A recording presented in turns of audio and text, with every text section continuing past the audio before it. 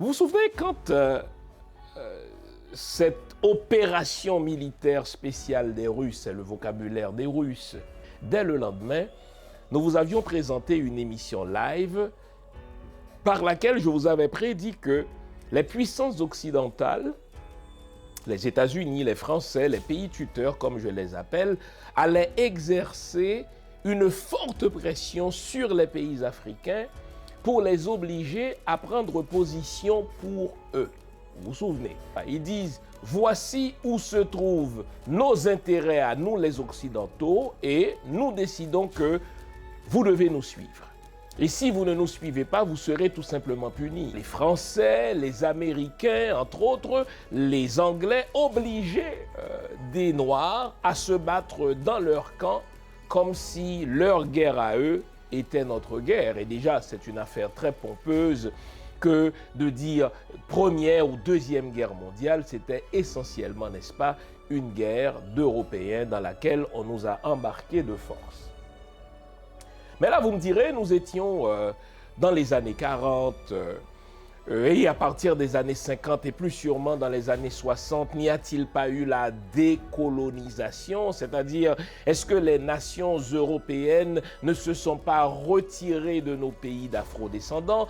Est-ce qu'elles ne se sont pas retirées de nos pays de noirs pour nous laisser libre cours, pour nous laisser, n'est-ce pas, la pleine maîtrise de notre destin?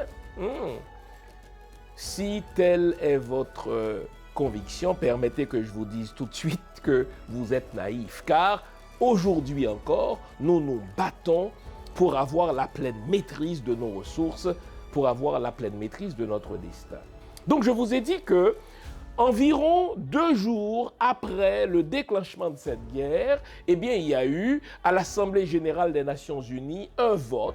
À ma grande et heureuse surprise, eh bien, lors de ce vote tenu à l'Assemblée générale des Nations unies portant sur la condamnation de l'agression russe en Ukraine, eh bien, il y a eu 35 abstentions. Et parmi les pays les plus populeux, d'abord, l'Inde s'est abstenue, la Chine, il fallait s'y attendre, n'est-ce pas, s'est abstenue, l'Afrique du Sud, n'est-ce pas, s'est abstenue, mais mieux. Et c'est ce qui nous concerne ce matin. Parmi ces 35 abstentions, il y a eu 17 États africains. Et ça, je vous le dis, du point de vue de la géopolitique, c'est un coup de tonnerre dans un ciel bleu. Après ce vote, j'ai suivi la réaction, n'est-ce pas, d'anciens premiers ministres français, d'anciens ministres des Affaires étrangères de la France, entre autres, n'est-ce pas, Dominique de Villepin, qui fut tour à tour, n'est-ce pas, ancien ministre des Affaires étrangères de la France, et plus tard, n'est-ce pas, Premier ministre. Il a dit comment un pays comme le Sénégal peut-il ne pas voter dans le sens de la France? Il y a un signal à capter. Effectivement, il y a un signal à capter du point de vue de la géopolitique internationale. Il y a un signal à capter du point de vue du nouvel ordre, n'est-ce pas, que cette guerre en Ukraine est en train de dessiner pour nous.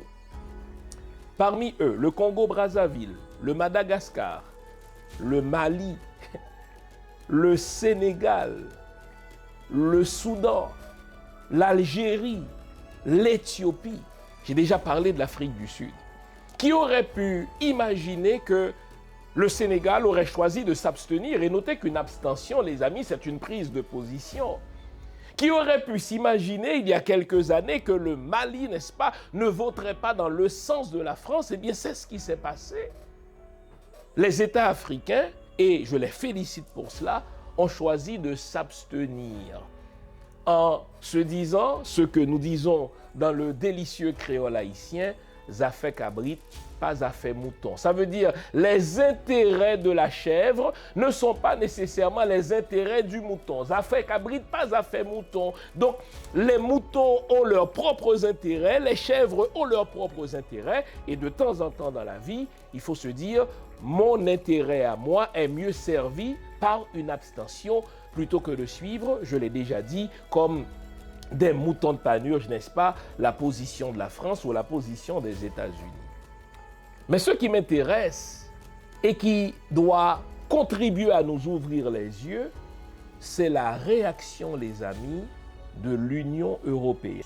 Eh bien, le 22 mars dernier, le haut représentant de l'Union européenne pour les affaires étrangères, Joseph Borrell, a annoncé que l'Union européenne allait punir les États africains qui se sont abstenus de condamner l'agression russe, rien de moins. Mais pire, il y avait, n'est-ce pas, cette femme qui ose, au nom de l'Union européenne, se poser la question, n'est-ce pas, la présidente de la Commission européenne, Madame Ursula von der Leyen, qui ose poser cette question insultante pour nous, les peuples noirs. Écoutez sa question, mais de quel droit l'Afrique pense-t-elle par elle-même ?